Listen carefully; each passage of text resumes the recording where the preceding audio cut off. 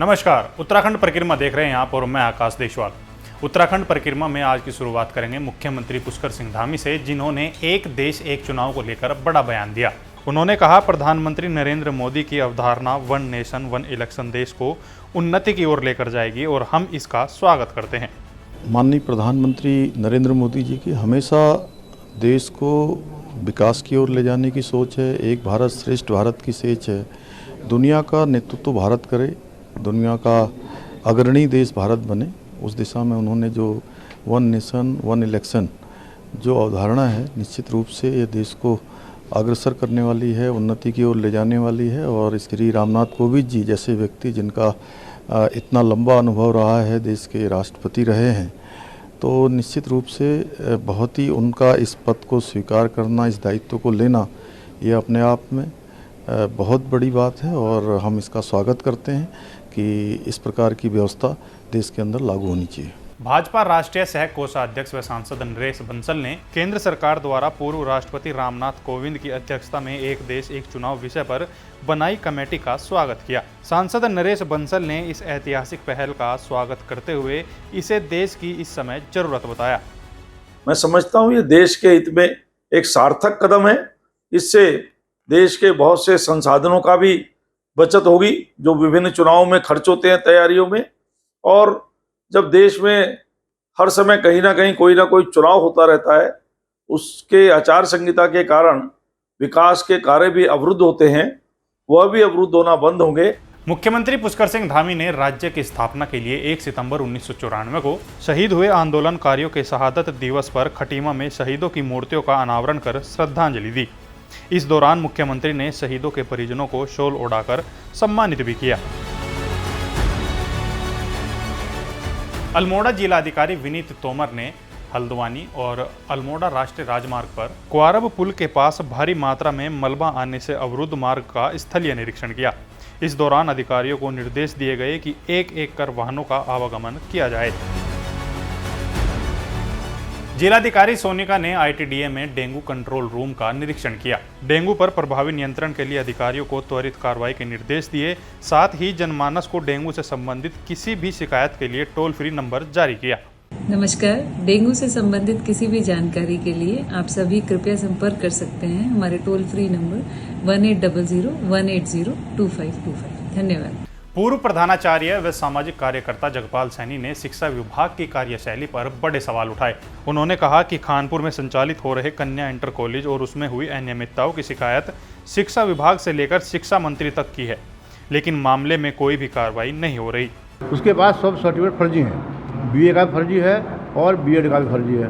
तो मेरी मांग ये है कि बीए बीएड के कागजों पर कार्रवाई हो और उसने जो रुपया अब तक 2005 से अब तक जो फर्जी तरीके से रुपया प्राप्त किया है गवर्नमेंट से, वो गवर्नमेंट को वापस किया जाए और उसके खिलाफ अपराधी मुकदमा दर्ज होना चाहिए। दिसंबर में होने वाले ग्लोबल इन्वेस्टर समिट को लेकर राज्य सरकार पूरी तरह से तैयार है। इसे लेकर मुख्यमंत्री पुष्कर सिंह धामी ने इसके लोगो का विमोचन किया, साथ ही इसकी वेबसाइट को भी लॉन्च कर दिया। इस समिट में देश और विदेश के उद्यमियों को लुभाने के लिए रोड शो भी किए जाएंगे। बागेश्वर उपचुनाव को लेकर कांग्रेस ने प्रशासन से लेकर अपनी विपक्षी पार्टी भाजपा पर गंभीर आरोप लगाए। कांग्रेस प्रदेश उपाध्यक्ष मथुरा दत्त जोशी ने कहा कि प्रशासन भाजपा के साथ मिलकर काम कर रहा है, कांग्रेस के बैनर फाड़े जा रहे हैं और पंचायत प्रतिनिधियों पर भाजपा के पक्ष में काम करने का दबाव बनाया जा रहा है। कांग्रेस पार्टी के पोस्टर बैनर फाड़ दिए जा रहे हैं और जो पंचायत के प्रतिनिधि हैं उन पर दबाव बनाया जा रहा है चुनाव में भाजपा के पक्ष में काम करने के लिए। और जिस तरीके से पत्रकार बंधुओं को रोका जा रहा है, इन 3-4 बिंदुओं लेकर हमारा प्रतिनिधिमंडल मुख्य निर्वाचन अधिकारी संगमन साहब से मिला। हमने इन बिंदु पर उनसे चर्चा की और ये मांग की है कि तत्काल जिला प्रशासन बागेश्वर को निर्देशित किया जाए कोई वो इस तरह की हरकत न करें और चुनाव निष्पक्ष हो। नगर निगम रेवेन्यू बढ़ाने के लिए अब नगर निगम मलिन बस्तियों पर भी टैक्स लगाने के मूड में है।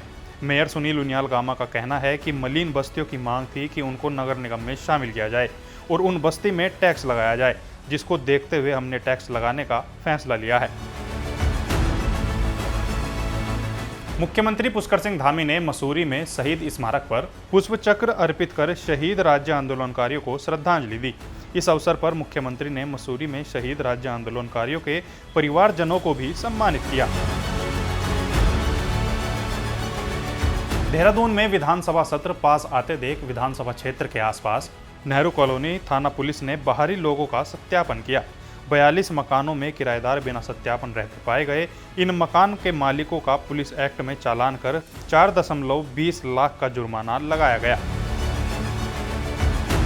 जिला निर्वाचन अधिकारी ने बताया कि लोकसभा सामान्य निर्वाचन से लगभग 6 महीने पहले ईवीएम तथा वीवीपैट की प्रथम स्तरीय जांच का कार्य किया जाता है, जिसे लेकर एफएलसी केंद्र में प्रवेश करने वाले सभी लोगों के प्रवेश पत्र जारी कर दिए। बिना पास के केंद्र में प्रवेश वर्जित रहेगा। भाजपा ने ईपीएफओ की रिपोर्ट के आधार पर उत्तराखंड को रोजगार सृजन में मिले दूसरे स्थान पर प्रसन्नता जताई। भाजपा का कहना है कि यह धामी सरकार की अनेक रोजगार परक योजनाओं का सुखद परिणाम है और रोजगार के मुद्दों पर लगातार नकारात्मक वातावरण बनाने वालों के मुंह पर करारा तमाचा।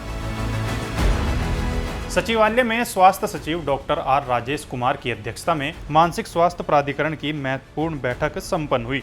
बैठक में नशा मुक्ति केंद्रों को 3 महीने का अल्टीमेटम मिलने के साथ ही मानसिक स्वास्थ्य प्राधिकरण में पंजीकरण नहीं करने पर बड़ी कार्रवाई के निर्देश दिए। बागेश्वर उपचुनाव के मद्देनजर भाजपा ने बागेश्वर में अपनी पूरी ताकत झोंक दी। इसी क्रम में मुख्यमंत्री पुष्कर सिंह धामी ने भी बागेश्वर में पार्टी प्रत्याशी के पक्ष में प्रचार प्रसार किया। सीएम ने कहा कि भाजपा बड़े अंतर से चुनाव जीतेगी।